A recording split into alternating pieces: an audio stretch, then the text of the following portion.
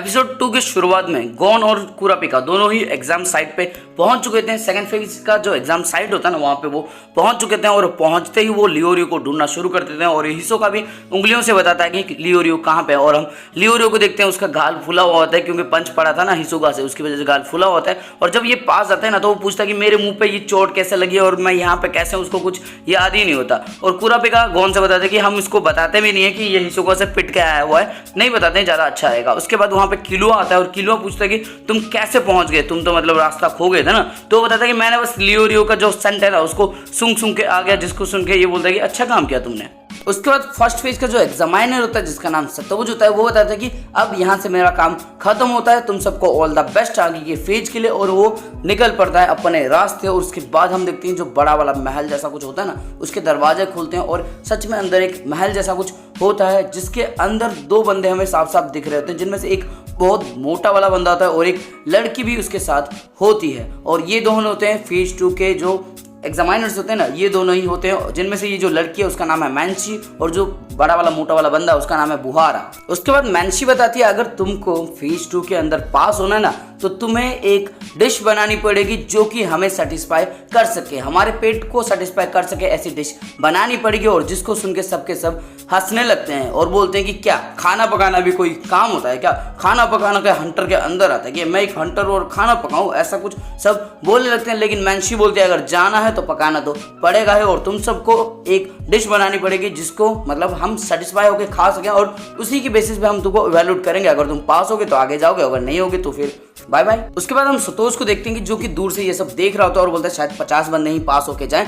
लेकिन फिर से वो बोलते हैं कि नहीं, शायद 10 ही पास होके जाएं क्योंकि जिस तरह से टास्क है शायद ये कंप्लीट ना कर पाए। तभी ये जितने सारे कैंडिडेट होते हैं ना सब पूछते हैं कि हमें किस तरह का डिश बनाना होगा। और तभी हमें पता लगता है बुहारा से कि उनको एक पिग का डिश बनाना पड़ेगा, जिसमें एक पिग को लाके भूनना पड़ेगा और ये जो बिस्का फॉरेस्ट है उसके अंदर से तुम जाके पिग को कलेक्ट कर सकते हो, वो इतना बताता है। और बाकी सबके सब एग्जाम स्टार्ट होते ही भागने लगते हैं पिग की कलेक्शन के अंदर। उसके बाद हम सुनते हैं कि मैंशी बुहारा को बोलते तुम तो बड़े चालाक निकले, तुम्हें पता है बिस्का फॉरेस्ट के अंदर सिर्फ एक ही तरह का पिग मिलता है और जो कि बहुत ज्यादा खतरनाक है, उसके बाद भी तुमने उनको वहीं पे भेजा। उसके बाद हम देखते हैं कि सबके सब कैंडिडेट जाके मतलब पिग को ढूंढ रहे होते हैं लेकिन किसी को पिग नहीं मिल रहा होता। तभी हम किलुआ को देखते हैं कि जो कि फिसल के आगे की तरफ जाने की कोशिश करता है और उसके पीछे गॉन आता है और बाकी सब एक के बाद एक पीछे आते हैं और देखते हैं कि गॉन जो है ना वो सबसे आगे होता है और वो कहीं पे देख रहा था और वो देखता है एक बहुत बड़ा वाला पिग जो कि लिटरली बहुत ज्यादा बड़ा है और ये पिग ना इंसानों को निगल जाते हैं। और जैसे ही वो देख लेते हैं इनको तो इनके ऊपर भी हमला होना ही था,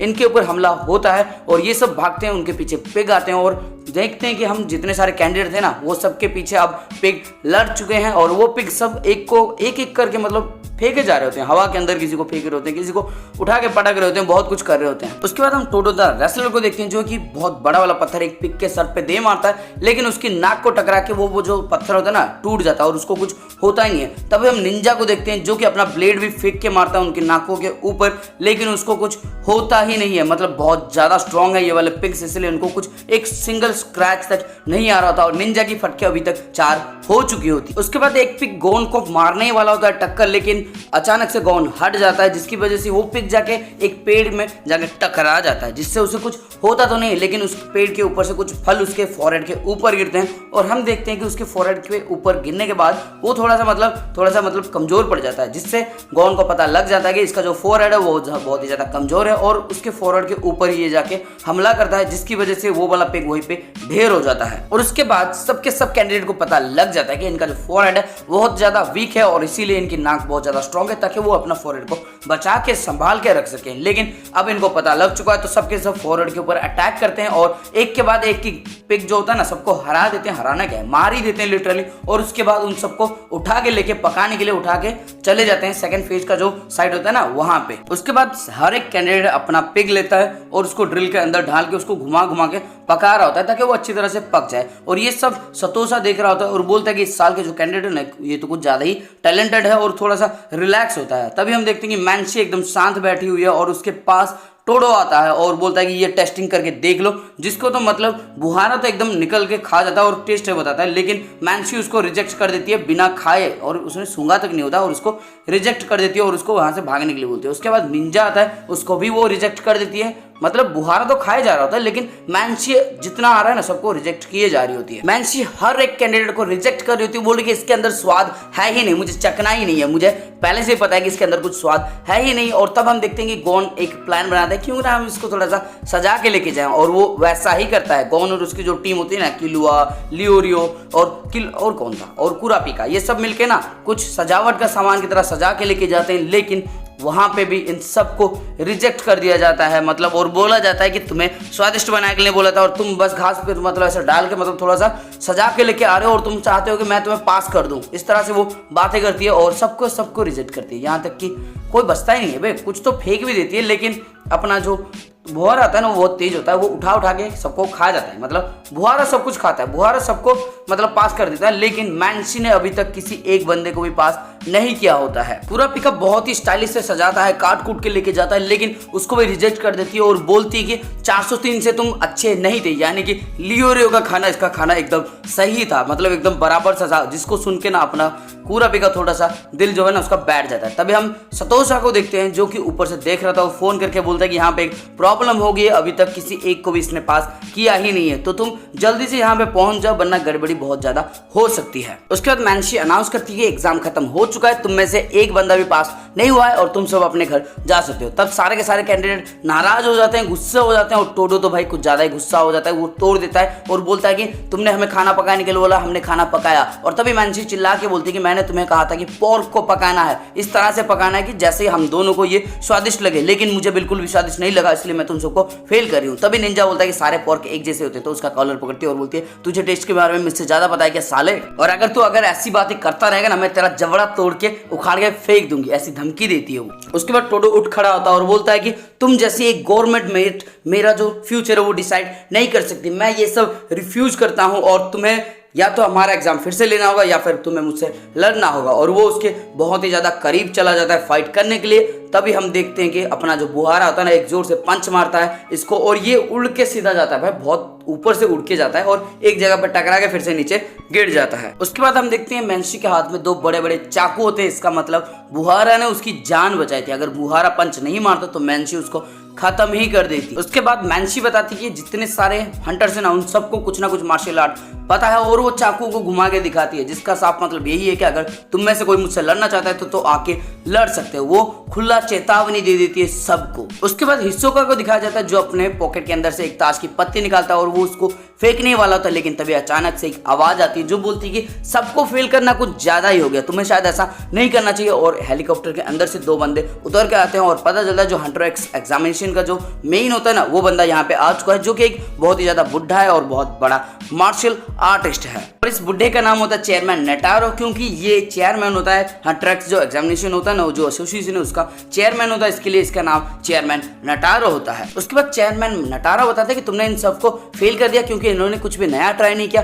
तब मैंसी बताती है कि इन्होंने गवर्नमेंट हंटर की बहुत ज्यादा बेइज्जती की, जिसको मैं सह नहीं पाई, मैंने अपना टेम्पर लॉस कर दिया, और सच में इन्होंने कुछ नया ट्राई ही नहीं किया था, इसलिए मैंने इन सबको फेल कर दिया, जिसके लिए आप मुझे माफ कर देना। और मैं एग्जामिनर की पदवी से अभी आपको इस्तीफा दे रही हूँ, तो मुझे उसके लिए भी माफ कर देना। जिसके जवाब में चेयरमैन नेटारो बताता है कि अभी मैं नया एग्जामिनर कहां से ढूंढूंगा, चलो एक काम करते हैं, तुम एक टेस्ट सजेस्ट करो जिसके अंदर तुम खुद भी पार्टिसिपेट करोगे, ताकि अगर ये सब फेल हो जाए तो इनको बुरा ना लगे, और ये होगा तुम्हारा नया चैलेंज। जिसको सुन के मैंसी बोलती है कि नया चैलेंज मुझे एक्सेप्ट है, हम सबको स्प्लिट हाल्ट की तरफ लेके जाओ। और हम देखते हैं कि स्प्लिट हाल्ट मतलब एक बहुत बड़ा जैसा एक पहाड़ जैसा स्ट्रक्चर होता है, जो कि आधा मतलब टूटा होता है, आधा मतलब इधर की तरफ आधा उधर की तरफ आधा ऐसा हो चुका होता है। वहां पे वो सब पहुंच जाते हैं और इनका जो नया चैलेंज होता है वो होता है कि अंडे पकाना। अंडे पकाने का चैलेंज देती है मैंसी, और अंडा जो है ना वो वहां से मिलने वाले हैं इन सबको। मैंसी सबको एक बड़ा सा खड्डा दिखाती है और वहां पे जो स्पाइडर की वेबिंग दिखाती है, और वो बताती है कि स्पाइडर लीगल नाम का एक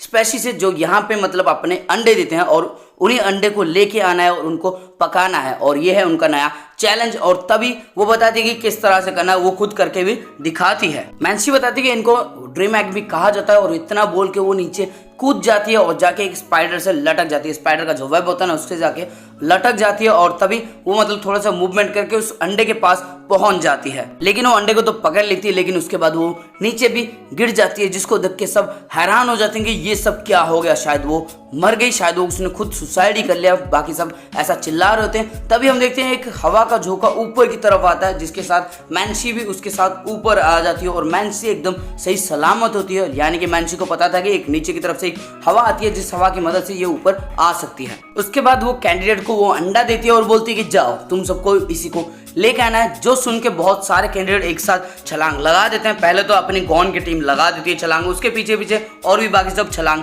लगा देते हैं, जो कि अच्छा आइडिया नहीं था, क्योंकि वो जो स्पाइडर की वेबिंग है ना, उसका भी एक स्ट्रेंथ है। अगर ज़्यादा लोग उसके ऊपर अटक जाएंगे तो फिर वो टूटने का खतरा रहता है। और हम देखते हैं कि सबके सब एक साथ कूद जाते हैं और एक रस्सी के ऊपर बहुत सारे बंदे लटके होते हैं, जिसका मतलब ये है कि ये कभी भी टूट सकती है। उसके बाद एक कैंडिडेट ना उस अंडे को लेता है और नीचे कूद जाता है, जो कि बहुत ही ज्यादा गलत डिसीजन था, क्योंकि अभी जो है ना ऊपर की हवा आने वाली नहीं होती है और सबके सब लटके होते हैं, क्योंकि किसी को भी नहीं पता कि कब ऊपर की हवा आएगी। तब गॉन बोलता है सब चुप रहो, मुझे सूंघने दो, और जैसे ही वो सूंघेगा तब बताएगा कब कूदना है। और उसके बाद बहुत देर तक वो होल्ड करके रहते हैं। उनमें से कुछ तो मतलब चिल्ला रहे होते हैं कि साले जल्दी बता वरना हम टपक जाएंगे, कुछ चिल्ला रहे होते हैं, कुछ ऐसे शोर शराबा कर रहे होते हैं और कुछ कूद भी जाते हैं। लेकिन जो भी कूदता है वो नीचे की तरफ ही जाता है और वो शायद मारा ही जाएगा। भाई इतनी नीचे से और क्या, सुपर ह्यूमन थोड़ी ना है, तो वो सब प्रोबेबली मर ही जाएंगे। तभी इनका भी हाथ फिसलने वाला होता है, टूटने वाला होता है। तभी गॉन चिल्लाता है कि अभी कूदो, और सबके सब एक साथ कूदते हैं, अंडे को पकड़ भी लेते हैं। और उसके बाद जो एक बड़ी सी हवा आएगी, उस हवा की मदद से ये सब ऊपर भी बड़े ही आसानी से आ जाएंगे। लेकिन जो बंदे पहले कूद गए थे, जिन्होंने इनकी बात नहीं सुनी थी, वो सब तो मारे गए। उसके बाद हम देखते हैं कि एक बड़ी सी हवा आती है जो इन सबको ऊपर लेके आ जाती है। और उसके बाद हम देखते हैं अपने जो टोडो होता है ना, टोडो द रेसलर, उसको देखते हैं और वो बोलता है कि मैं हार मानता हूं, मैं यहाँ से नहीं कूद सकता। उसके बाद वो सब अंडे को पकाते हैं और अंडे को पकाने के बाद खा भी लेते हैं, जो कि बहुत ज्यादा स्वादिष्ट था, और बोलते हैं कि सच में ये तो ड्रीम एक्स ही है। उसके बाद हम देखते हैं गॉन को, जो कि अपना अंडा लेके टोडो को देता है और टोडो भी उसको चखता है, जिसको बहुत ज्यादा स्वादिष्ट लगता है। और उसके बाद वो माफी मांगता है मैंसी से कि उसने उसकी मतलब इंसल्ट की थी। और मैंसी बोलती कि अब तुम्हें समझ आया कि खाना कितना स्वादिष्ट होना चाहिए, जब भी तुम खाना खाओ तो मजे से खाना चाहिए। उसके बाद टोडो बोलता है कि मैं समझ गया और मैं अगले साल जरूर वापस आऊंगा और उम्मीद करता हूं कि मैं अगले साल तुम्हें भी देखूं। ये इतना बोलता है और उसके बाद ये वाला एपिसोड खत्म हो जाता है। और एपिसोड खत्म होते होते बताया जाता है कि अभी सिर्फ 42 कैंडिडेट बचे हैं, यानी कि सिर्फ 42 बंदे बचे हैं जिनको एग्जाम देना है नेक्स्ट, मतलब फेज 3 के अंदर जिनको एग्जाम देना है। तो दोस्तों इस वीडियो को देखकर आपको कुछ भी अच्छा लगा हो या फिर मजा आया हो तो इस वीडियो को लाइक कर देना, कमेंट करके अपना फेवरेट पार्ट बता देना। और ऐसे ही वीडियोस को देखने के लिए अगर अभी तक सब्सक्राइब नहीं किया है तो सब्सक्राइब कर देना, और साथ में इस चैनल को अपने दोस्तों के साथ शेयर कर देना। इस वीडियो को भी शेयर कर देना ताकि हमारी रीच बनी रहे और थोड़े बहुत नया एनिमे या फिर पुराना एनिमे का एक्सप्लेनेशन वो सब देख सकें। और दोस्तों इतना सब कुछ कर रहे हो ना, तो जो साथ में बेल का आइकन है उसको भी दबा देना, क्योंकि सबकी घंटी बज रही है, अपनी भी बज जानती है, तो जोरों से बजा दे एकदम टन करके।